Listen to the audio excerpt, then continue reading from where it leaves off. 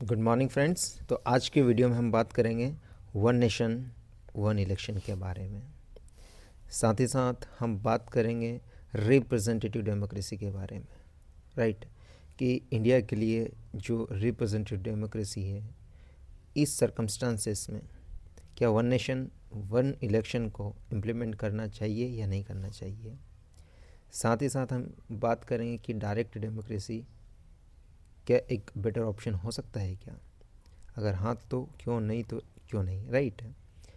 So will try to understand, right. तो हुआ ये दरअसल कि 129, ये सबसे मोस्ट इम्पॉर्टेंट पॉइंट याद रखिएगा कि 129वां कॉन्स्टिट्यूशनल बिल आया है, राइट, जो कि लोकसभा में टेबल किया गया है, जिसका उद्देश्य क्या है, साइमल्टेनियस इलेक्शन करवाना। अब साइमल्टेनियस इलेक्शन किस किस यूनिट का करवाना है, तो याद रखिए लोकसभा का, state and union territory, right. और ये करने के लिए इस बिल के माध्यम से एक आर्टिकल को हमारे संविधान में इंसर्ट करना पड़ेगा, and that article will be article 82 clause capital A, right. ये याद रखिए, बहुत इंपॉर्टेंट है। सीधा स्टेटमेंट यहाँ से उठ के आ जाएगा कि कौन सा आर्टिकल के अंतर्गत ये सारी चीज़ की जा रही है, तो you should be aware about it, right. देखिए, जो इलेक्शन है उसको सिंक्रोनाइज करने की आवश्यकता, मतलब इस किस तरह से क्यों किया जा रहा है, राइट। क्या एम्बिशंस हैं, राइट। तो इसमें बेसिकली फिक्स टेन्योर किया जाएगा लोकसभा के लिए, राइट, जिससे कि जो स्टेट असेंबली इलेक्शंस हैं उनको सिंक्रोनाइज किया जा सके, राइट। और इसके बीच में यदि लोकसभा और स्टेट असेंबलीज़ हैं उनके इलेक्शन है, या फिर वो लोकसभा या फिर स्टेट लेजिस्लेटिव असेंबली डिसॉल्व होती है, राइट है, जो कि 5 साल के लिए इलेक्ट की जाती है, तो इसका मिड टर्म इलेक्शन होगा। और मिड टर्म इलेक्शन केवल और केवल जो बचा हुआ कार्यकाल उसी के लिए होगा, राइट। मान लो कि 5 साल के लिए इलेक्ट की गई थी, लेकिन मान लो कोई लेट से कि एमपी गवर्नमेंट है, वो अच्छे से काम नहीं कर पाई और 2 साल बाद डिसॉल्व हो गई, तो बचा हुआ 3 साल इसी के लिए ही चुनाव होगा, राइट। ऐसा नहीं कि फिर से 5 साल के लिए होगा, राइट। चलिए, ये बिल है वो आर्टिकल 83, 172 और 327 इनको भी चेंज किया जाएगा इस अमेंडमेंट के माध्यम से, राइट है।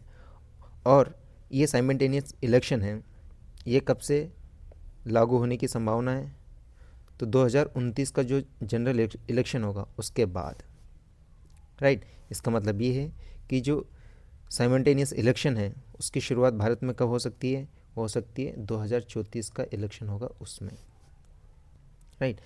इसके अलावा एक दूसरा बिल भी लाया जा रहा है और उस बिल का नाम है the union territories law amendment bill 2024, ठीक है। इस बिल के माध्यम से ये यूनियन टेरिटरीज़ हैं जिनके पास लेजिस्लेटिव असेंबलीज़ हैं, उनके इलेक्शन को भी लोकसभा और स्टेट लेजिस्लेटिव असेंबली के साथ सिंक्रोनाइज किया जाएगा, लाइक पुडुचेरी हो गया या फिर दिल्ली हो गया, राइट। जिस टेरिटरीज़ के पास, यूनियन टेरिटरी के पास मेंबर ऑफ लेजिस्लेटिव असेंबली है, उसमें ये रिफॉर्म किया जाएगा, right, right. Well the proposal 6, ये प्रपोजल का उद्देश्य क्या है, ये एडमिनिस्ट्रेटिव इफ़िशिएंसी को बढ़ावा देने के लिए और इलेक्शन में बहुत सारा जो अननेसेसरी खर्चा होता है उसको कम करने के लिए, राइट, ये बिल को लाया जा रहा है ताकि साइमल्टेनियस इलेक्शन कंडक्ट किया जा सके, राइट। लेकिन अब क्वेश्चन ये उठता है कि वन नेशन और वन इलेक्शन, ONOE प्रोसेस जो है वो क्या ट्रूली इंक्लूसिव है, क्या ये ट्रूली रिप्रेजेंटेटिव है, राइट। क्या या फिर इसकी कोई लिमिट्स हैं, राइट है, कि are there any limits to our understanding of representative spirit of the Indian democracy, क्योंकि हमारी जो सिस्टम है, पॉलिटिकल सिस्टम है, वो कौन सा है, that is like a representative political system है, और इसी को parliamentary form of the government भी कहा जाता है, राइट। तो क्या इस सिस्टम में वन नेशन वन इलेक्शन को लाना उचित रहेगा या नहीं रहेगा। सबसे पहले हम समझने की कोशिश करते हैं कि रिप्रेजेंटेटिव डेमोक्रेसी का मतलब क्या होता है। What is all about representative democracy. तो रिप्रेजेंटेटिव डेमोक्रेसी जो है बेसिकली एक सिस्टम है, एक पॉलिटिकल सिस्टम है जहाँ पर सिटीजन्स होते हैं वो अपने रिप्रेजेंटेटिव को क्या करते हैं, इलेक्ट करते हैं, और जो इलेक्टेड रिप्रेजेंटेटिव्स हैं वो लोगों की ओर से डिसीजन लेते हैं। उदाहरण के लिए आप कोई लेट्स से कि एक स्टेट में रहते हैं, राइट, और वहाँ के आप नागरिक हैं, राइट, रेजिडेंशियल है, नागरिक तो खैर आप इंडिया के होंगे, और वहाँ पे आप किसी व्यक्ति को आपकी कॉन्स्टिट्यूंसी में इलेक्ट करते हैं। लेट्स से कि एमएलए के लिए किसी को इलेक्ट किया है, तो ये एमएलए को तो आपने इलेक्ट किया, लेकिन जो एमएलए जब जाएगा मेंबर ऑफ लेजिस्लेटिव असेंबली में, वहाँ पर आपकी तरफ से on behalf of yours he will be taking the decisions. तो ये क्या हुआ, representative democracy. That means that MLA person है वो आपको रिप्रेजेंट कर रहा है मेंबर ऑफ लेजिस्लेटिव असेंबली में। Is that clear? Very good. और जो प्रिंसिपल्स हैं वो रूटेड है किस पर, फ्री एंड फेयर इलेक्शन होना चाहिए, पॉलिटिकल अकाउंटेबिलिटी होना चाहिए, right, and the protection of individual rights, हर एक व्यक्ति के जो राइट्स है उसका संरक्षण होना चाहिए, राइट है। और ये बैलेंस करता है majority rule with the protection of minority. एक बहुत बढ़िया स्टेटमेंट है। इट सेज और इट गोज लाइक दैट कि द जो डेमोक्रेसी है, the democracy is the form of the government where the majority rule prevails but for the protection of minority. कि majority का रूल तो होता ही है, राइट, लेकिन जो माइनॉरिटी है सर उनका भी ध्यान रखा जाएगा, उनके जो राइट्स है उनका भी ध्यान रखा जाएगा, राइट है। दिस फॉर्म द गवर्नेंस और becomes specially critical in diverse and populace country like India. लेकिन वन नेशन और वन इलेक्शन जैसे अगर इस देश में लाया जाता है और यह रिप्रेजेंटेटिव डेमोक्रेसी हमारे पास है, इस डेमोक्रेसी को डाइवर्स और पॉपुलस कंट्री लाइक इंडिया में ठीक से इम्प्लीमेंट करने के लिए और इफ़ेक्टिवनेस के साथ इम्प्लीमेंट करने में थोड़ी सी प्रॉब्लम हो सकती है, चैलेंजिंग हो सकती है। थेरेटिकली हम देखते हैं तो it underpinnings the emphasis that elected representative act as a intermediaries की तरह काम करते हैं।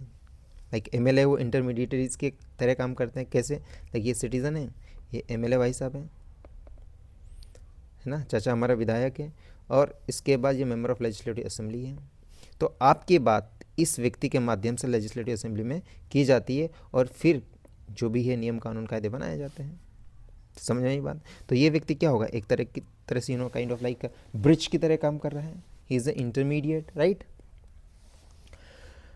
इंश्योर ये करते हैं कि स्टेबल गवर्नेंस हो, ठीक है, और लोगों का जो इंटरेस्ट है उसको अकोमोडेट किया जा सके, ठीक है। और जब सिटीजन्स बहुत ज़्यादा नंबर में होते हैं और डाइवर्स होते हैं, वो पार्टिसिपेट करते हैं directly in the governance like this, ठीक है। डेलीगेट अथॉरिटी देते हैं किसको, इस इलेक्टेड रिप्रेजेंटेटिव को, कि असली पावर जो है वो बेसिकली किनके पास है, लोगों के पास है, राइट है। और ये लोग जो हैं, we the people of India, preamble of Indian constitution itself says that we the people of India, that means the real source जो है पावर का वो कौन है, पीपल है। और लोग अपनी पावर डेलीगेट करते हैं किनको, एमएलए या एमपीज को, और फिर वो जाके पार्लियामेंट या फिर लेजिस्लेटिव असेंबली में आपकी बात रखते हैं, राइट। द सिस्टम जो है, कौन सा सिस्टम, रिप्रेजेंटेटिव सिस्टम है, थ्राइव्स करता है किसके ऊपर, पीरियोडिकल इलेक्शन होना चाहिए, मतलब हर 5 साल में इलेक्शन होना चाहिए, राइट। सिटीजन का पार्टिसिपेशन होना बहुत ज़रूरी है, और इंस्टीट्यूशनल चेक एंड बैलेंस होता है, राइट। लाइक एग्जीक्यूटिव, जुडिशरी है, राइट, इनमें चेक और बैलेंस होना बहुत ज़रूरी है। चेक एंड बैलेंस का मतलब क्या है कि that one organ should not intervene in the sphere of another organ, right. Executive को जुडिशरी में हस्तक्षेप नहीं करना चाहिए और जुडिशरी को एग्जीक्यूटिव का स्फीयर उसमें हस्तक्षेप नहीं करना चाहिए। There should be check and balance. ये बात समझ में आई आपको?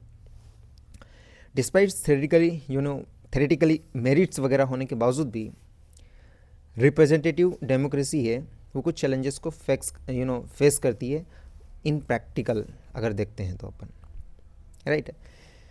2024 में पेव रिसर्च सेंटर स्टडी की गई थी देश के लगभग वर्ल्ड के लगभग 24 कंट्रीज़ में, जिसमें इंक्लूड है Brazil, India, Nigeria, south America, etcetera etcetera, right.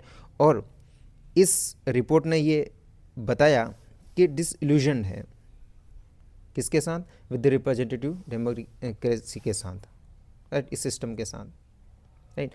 जो सिटीजन्स हैं वो रिप्रेजेंटेटिव डेमोक्रेसी की जो इफेक्टिवनेस है उसके ऊपर क्वेश्चन कर रहे हैं लगातार, और वो कोशिश कर रहे हैं कि अल्टरनेटिव इसका कुछ मिले। अल्टरनेटिव क्या हो सकता है, लाइक डायरेक्ट डेमोक्रेसी, या फिर एक्सपर्ट का रूल होना चाहिए, और इवन कुछ कंट्री तो ये बोल रही है कि अथॉरिटेटिव गवर्नमेंट होना चाहिए, राइट। तो डायरेक्ट डेमोक्रेसी का मतलब क्या है, डायरेक्ट डेमोक्रेसी का मतलब ये है कि लोग खुद डायरेक्ट नियम कानून बनाने के लिए पार्टिसिपेट करेंगे।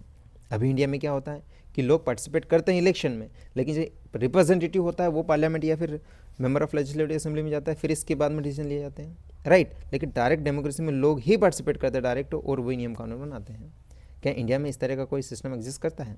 एज सच लार्ज लेवल पे देखा जाता है, लाइक स्टेट लेवल पे या नेशनल लेवल पे, तो no, it's big no.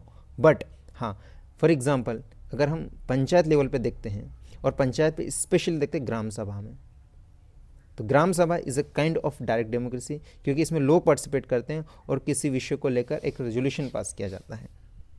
So it is done based on the people's opinion and people's concern, right. उनकी कंसेंसस ली जाती है, उनकी सहमति ली जाती है, इसके बाद में इस रेजोल्यूशन को पास किया जाता है और उसका आगे प्रोसेस करके काम किया जाता है, राइट।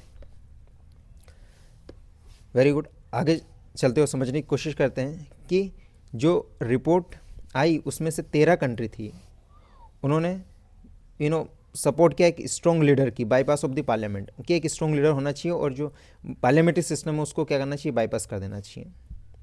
इसका मतलब ये क्या है कि इस सिस्टम के साथ वो फ्रस्ट्रेट हो चुके हैं, और इंस्टीट्यूशनल इनएफिशिएंसी है उसके साथ भी वो कॉम्प्रोमाइज़ नहीं करना चाहते हैं। मतलब जो parliamentary form of the government है वो ठीक तरीके से एफिशिएंट नहीं है, एफिशिएंसी नहीं दे रहा है, दक्षता वाला सिस्टम नहीं है, राइट। और इसके अलावा कुछ कंट्रीज़ हैं उन्होंने मिलिट्री रूल के बारे में बात की है, जिसमें लगभग 15 से लेकर 17% ऐसे नेशन है जिन्होंने मिलिट्री रूल को सपोर्ट किया। फॉर एग्जांपल ग्रीस है, जापान है, और यूके है, और यूएस इनफैक्ट, राइट। सो इसका मतलब क्या हुआ कि ये कंट्रीज़ जो हैं ये बेसिकली जो representative form of the government है उसके साथ डिस्ट्रस्ट शो कर रही है, मतलब विश्वास नहीं है रिप्रेजेंटेटिव डेमोक्रेसी पे, राइट। रीजन उन्होंने ये बताया कि इनएफिशिएंसी है, करप्शन है, और अनफुलफिल्ड प्रोमिसेस हैं। अनफुलफिल्ड प्रोमिसेस कैसे हैं, वादे किए गए लेकिन वादों का ठीक तरीके से निर्वाह न किया गया है, कि हम इतना रोज़गार देंगे, हम आपके लिए ये करेंगे, हम वो करेंगे। फॉर एग्जांपल हिटलर जब पावर में आया था तब उसने क्या बोला था, गुड डेज विल कम, अच्छे दिन आएंगे, लेकिन किस अच्छे दिन आया बाद में आपको पता चला। इस तरह से हमारे इंडियन पॉलिटिकल सिस्टम में भी हम देखते हैं बहुत सारे लीडर्स हैं जो कि इतने सारे प्रोमिसेस करते हैं और बाद में पता चलता है कि उन जो वादे हैं वो वादे ही रह जाते हैं, उनका ग्राउंड लेवल पे कोई इम्प्लीमेंटेशन नहीं होता है।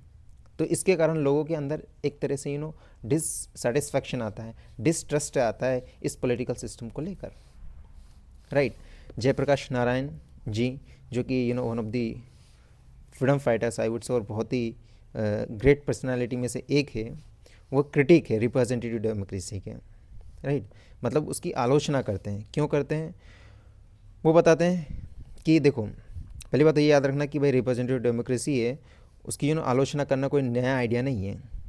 जयप्रकाश नारायण जी कहते हैं, उन्होंने एक बहुत बढ़िया काम किया है, सेमिनल वर्क है, और उस वर्क का नाम है a play for the reconstruction of Indian polity.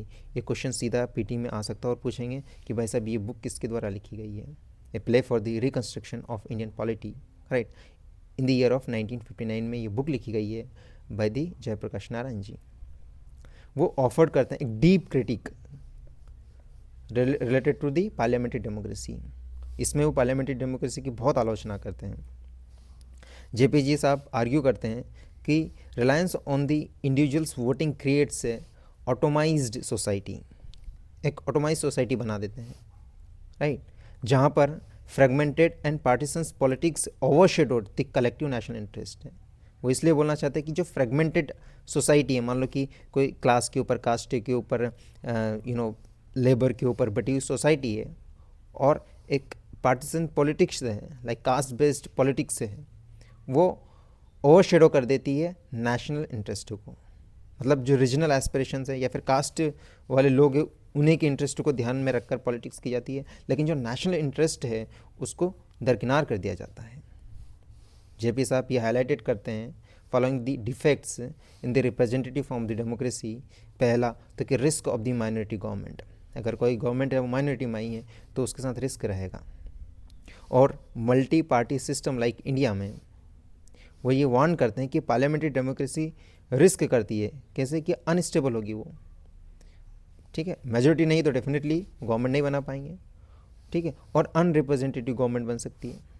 कैसे अनरिप्रेजेंटेटिव? फॉर एग्जांपल लेट्स से कि बोलते हैं कि 1000 वोट है, लेकिन किसी व्यक्ति को like 5-6 candidate, 1000 won't like 5-6 candidate हो, उनको मान लो कि कुछ वोट मिल रहे हैं। मान लो कि एक व्यक्ति उसको मान लो 20 वोट मिले, इतने कैंडिडेट है कि 21 वोट जिसको मिलेगा वो जीत जाएगा। भाई साहब 21 वोट यहाँ से मिला, लेकिन बाकी जो 79 के आसपास जो लोग थे उनको कौन रिप्रेजेंट करेगा? उन्होंने भी तो वोट दिया, लेकिन जो बंदा इलेक्ट होके गया वो केवल 21 वोट के आधार पे गया, बाकी इधर डिस्ट्रीब्यूट हो गए।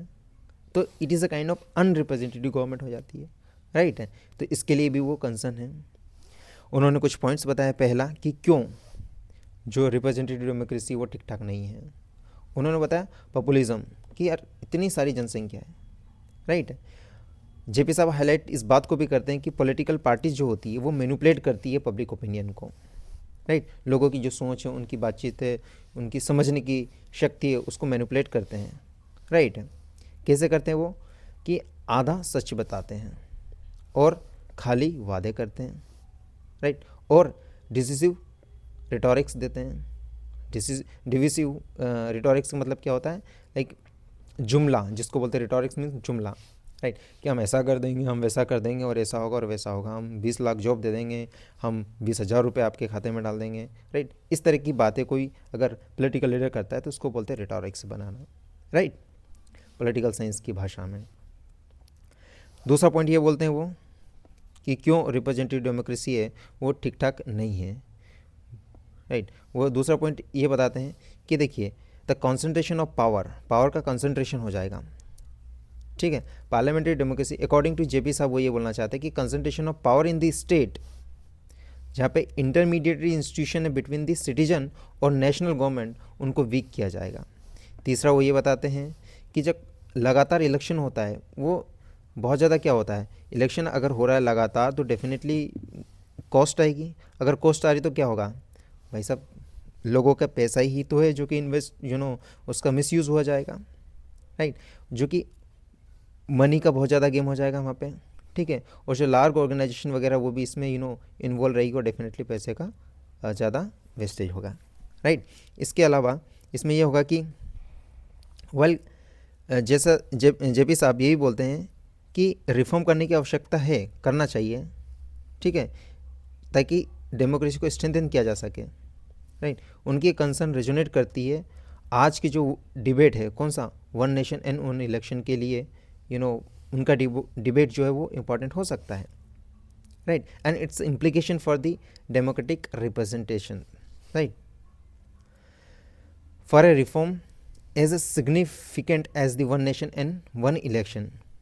उन्होंने ये बोला कि as a inclusive and representative process is a crucial, कि ठीक है आप one nation and one election लाने की बात करो, अच्छी बात है, लेकिन ये एक इंक्लूसिव होना चाहिए और रिप्रेजेंटेटिव प्रोसेस होना चाहिए बढ़िया से, राइट।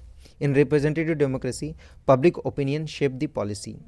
अगर रिप्रेजेंटेटिव डेमोक्रेसी है तो वहाँ क्या होता है, पब्लिक ओपिनियन होती है, वो पॉलिसी का शेप करती है, गवर्नमेंट को अकाउंटेबल बनाती टूवर्ड्स द सिटीजन, राइट है, और लोगों की जो एस्पिरेशंस और कंसर्न्स उनको ध्यान में रखा जाता है, राइट। और to achieve the pre legislative consultation become the indispensable, कि कानून बनाने से पहले लोगों की कंसल्टेशन लेना बहुत ज़रूरी है, इंडिस्पेंसिबल, अनिवार्य है, करना चाहिए, राइट है, ये बात का ध्यान रखना चाहिए। और जो पॉलिसी मेकर है उनको डाइवर्स व्यू गैदर करने के लिए इनेबल करते हैं, राइट, जो कि बहुत सारी चैलेंजेस हैं उनको एड्रेस किया जा सके और ट्रांसपेरेंसी को भी लाया जा सके, to enhance the transparency, right. तो अगर हम रिफॉर्म कर रहे हैं तो इस तरह का हमारे पास इंक्लूसिव रिप्रेजेंटेटिव डेमोक्रेसी होना चाहिए। एक पॉलिसी आई थी जिसका नाम था प्री लेजिस्लेटिव कंसल्टेशन पॉलिसी 2014 में, राइट। और उसमें ये पूछा गया था और इनफैक्ट बताया गया था आई वुड से कि लगभग 30 दिन का, ये भी यहाँ देखो यहाँ लिखा है कि 30 दिन का टाइम होगा पब्लिक से फीडबैक लेने के लिए किसी प्रपोज लेजिस्लेशन है। तो मान लीजिए कि एक डेटा प्रोटेक्शन वाला बिल लाया जा रहा है, तो बिल को टेबल करने से पहले कम से कम 30 दिन तक का व्यक्ति को टाइम देना चाहिए, ताकि हर एक सिटीजन या फिर जो भी देना चाहे वो अपनी ओपिनियन दे सकता है और उसमें अप्रोप्रिएट अमेंडमेंट किया जा सकता है फाइनल एक्ट बनने से पहले, राइट है। तो एक पॉइंट ये भी बताना चाहता है कि एक्सप्लेनेटरी नोट होना चाहिए कि हम कोई पॉइंट किसी लेजिस्लेशन में लेके आ रहे हैं, किसी लॉ में लेके आ रहे हैं, ठीक, किसी कानून को हम बनाना चाहते हैं, तो हम ये पॉइंट क्यों रखना चाहिए, उसके साथ एक एक्सप्लेनेशन होना चाहिए, राइट। और वो एक्सेसिबल होना चाहिए सब लोगों को, ताकि पढ़ सके वो, राइट, और अपना व्यू देना चाहे दे सकते हैं। हालांकि the process adopted for the one nation and one election ये फेल शॉर्ट हो जाती है, मतलब इसमें ऐसा नहीं किया गया। पहली बात तो क्यों नहीं किया गया, पहली बात ये है कि first in adequate consultation period दिया गया था। हाई लेवल कमेटी ने इशूड किया एक पब्लिक नोटिस 5 जनवरी को और 15 जनवरी के आसपास तो टेबल कर दिया गया था, राइट। मतलब इनवाइटिंग जो सजेशन वगैरह ली गई थी वन नेशन वन इलेक्शन पर, इसके लिए सिटीजन्स को केवल 10 दिन ही गए थे और 15 जनवरी के आसपास तो ख़त्म ही कर दिया उन्होंने, रिस्पॉन्ड ही करना था। तो इसमें क्या हुआ, इसमें बेसिकली जो 2014 में पॉलिसी आई थी उसका भी एक तरीके से पालन नहीं किया गया। इस पॉलिसी में क्या बोला था, कम से कम 30 दिन का होना चाहिए, लेकिन यहाँ पे 15 दिन में ही काम तमाम कर दिया, ख़त्म कर दिया। दूसरा पॉइंट ये बताना चाहते हो यहाँ पर कि लैक ऑफ एक्सप्लेनेटरी मटेरियल, कि किसी पॉइंट को रखा जा रहा है तो क्यों रखा जा रहा है, उसका कोई एक्सप्लेनेशन नहीं है। एक हाई लेवल कमेटी बनाई गई थी, आपको पता है, वन नेशन वन इलेक्शन के लिए। हमारे फॉर्मर प्रेसिडेंट ऑफ इंडिया कौन थे, रामनाथ कोविंद जी, उनके अंतर्गत उनकी अध्यक्षता में एक कमेटी बनाई गई थी और उन्होंने ये रिकमेंडेशन दी थी जो कि 2023 में उसकी इस्टेब्लिश की थी, राइट। इसके अलावा कोई एक्सप्लेनेटरी नोट नहीं दिया गया था उसमें और कोई बैकग्राउंड पेपर भी नहीं दिए गए थे वहाँ पे, राइट। सो मतलब क्या है, अगर ये कोई चीज़ नहीं दी जा रही तो मतलब जो सिटीजन्स हैं, राइट, उनकी जो अंडरस्टैंडिंग है किसी प्रपोजल को समझने के लिए, उसकी जो क्षमता है उसको क्या चैलेंज किया जाए तो उसके लिए चुनौती है, उनके लिए लिमिटेड स्कोप है, वो समझ नहीं पाएंगे कि क्यों किस आधार पे किया जा रहा है, राइट।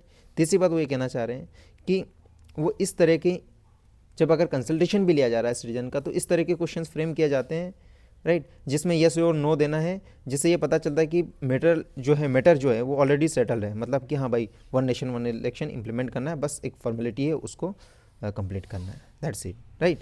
तो इस तरह के क्वेश्चन भी सेट नहीं होना चाहिए, ठीक ठाक रिस्पॉन्स देने के लिए सिटीजन के पास स्कोप होना चाहिए, राइट। साथ ही साथ सच प्रोसीजर होती है वो लैप्स करती है किसके, risk of alienating citizen and stakeholders. अगर आप ठीक से डिस्कशन नहीं कर रहे लोगों के साथ या कंसल्टेशन नहीं ले रहे हो तो डेफिनेटली एकदम लैप्स हो रहा है ये।